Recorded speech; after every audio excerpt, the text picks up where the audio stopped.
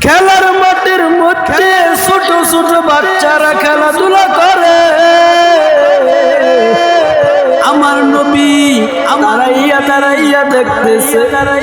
সন্ধ্যা যখন হয় সকল ছেলে মেয়েদের বাবার আইসা তাদের ছেলেদেরকে কোলে নিয়ে বাড়ি যায়। আমার নবী ডানে তাকায় আর বলে আমার বাবাই কই? আমার বাবাকে আমাকে কোলে নিয়ে বাড়ি যাবে না, আমার বাবাই কই? আমার নবী ডানে তাকায় বামে তাকায় আর কান্না করে।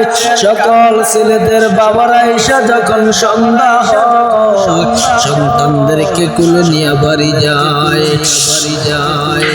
ওদিকে আম্মা জান আমেনা দৌড়াইয়া আসতেছে, মুহাম্মদ কেন এখনো বাড়িতে যায় না? সকল লোকদেরকে জিজ্ঞাসা করতেছে, আমার সন্তান মুহাম্মদকে দেখছো? আমার সন্তান মুহাম্মদ কই?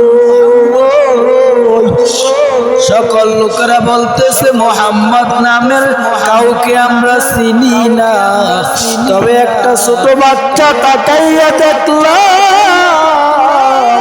ওই খেলার মাঠের মধ্যে আব্বু আব্বু বলিয়া কান্না করে। মা আমেনা দৌড়াইয়া গিয়া দেখে মুহাম্মদ নবী কান্না, আব্বু আব্বু বলে কান্না করতেছে। আমেনা হাত বাড়াইয়া বলো, সন্তান মুহাম্মদ আমি তোমার এসে গেছি, আর কান্না করিও না, আয় আমার কোলে আয়। মুহাম্মদ নবী মা আমেনার কোলে উঠিয়া বলতেছে, রে মা, সকল ছেলেদের বাবারা এসে তাদের সন্তানদেরকে কোলে নিয়ে বাড়ি গেল, কিন্তু আমার বাবাই দেখলাম আসলো না। আমার বাবাই কই? আমার বাবাকে তো আমি দেখলাম না। মা আমেনা চোখের পানিগুলো মুছতেছে আর বলতেছে, রে বাবা মুহাম্মদ, তোর বাবা শাম দেশে ব্যবসার উদ্দেশ্যে গিয়ে আর ওখান থেকে ফিরে আসে না। তোর বাবা চির বিদায় নিয়ে অন্ধকার কবরে চলে গেল।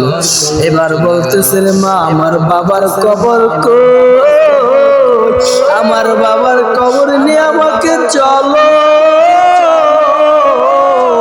এবার আমেনা বাড়ির মধ্যে গিয়া শ্বশুর আব্দুল মুত্তালিবের কাছে বলো, শ্বশুর আমার সন্তান মুহাম্মদ তার বাবার কবর দেখতে চায়, তার বাবার কবরটা দেখাইয়া আনি। এবার আব্দুল মুত্তালিব বলে, যাও একটা বরাত দিয়া দাসী উম্মে আইমানকে সাথে দিয়া ওই সিরিয়ার ময়দানে পাঠাইছে। ওইখানে গিয়া বাবার কবরটা জড়াইয়া কান্দে। আমার নবীর কান্না দেখে আসমান কাঁদে, জমিন কাঁদে। আমার নবীর কান্না দেখিয়া কুল মাখলুকাত কাঁদে। এবার যখন শেষ হয়ে গেল, বাবার কবর দেখা যখন শেষ হয়ে গেল, এবার যখন ফিরে আসবে এমন সময় মা আমেনার পেটের মধ্যে ব্যথা শুরু হয়ে যায়। মা আমেনা এমন ভাবে কান্না করতেছে, বোধহয় আর বাঁচবে না। মনের মধ্যে বাড়ি খেয়ে গেছে, আমি আর মনে হয় আমি আর মক্কার জমিনে ফিরে যেতে পারবো না। আমার পেটের ব্যথা শুরু হয়ে গেল। এবার উম্মে আইমান দাসীকে ডেকে বলে, উম্মে আইমান, আমার সন্তান মুহাম্মদকে আমার কোলে দাও, আমি বোধহয় আর বাঁচবো না। আমার সন্তান মুহাম্মদকে আমার কোলে তুলে দাও। এবার সন্তান মুহাম্মদ মা আমেনা জড়াইয়া বলে, সন্তান দেখ, আমি মাকে ভালো করে দেখ, আমি মাকে আর বোধহয় দেখবি না। বিদায়ের ঘন্টা শুরু হয়ে গেল। বাবার কবর দেখতে আইসা বুঝি আজকে মা হারাইতে হয়ে যাবে। আমার নবীর মা নাই, আমার নবী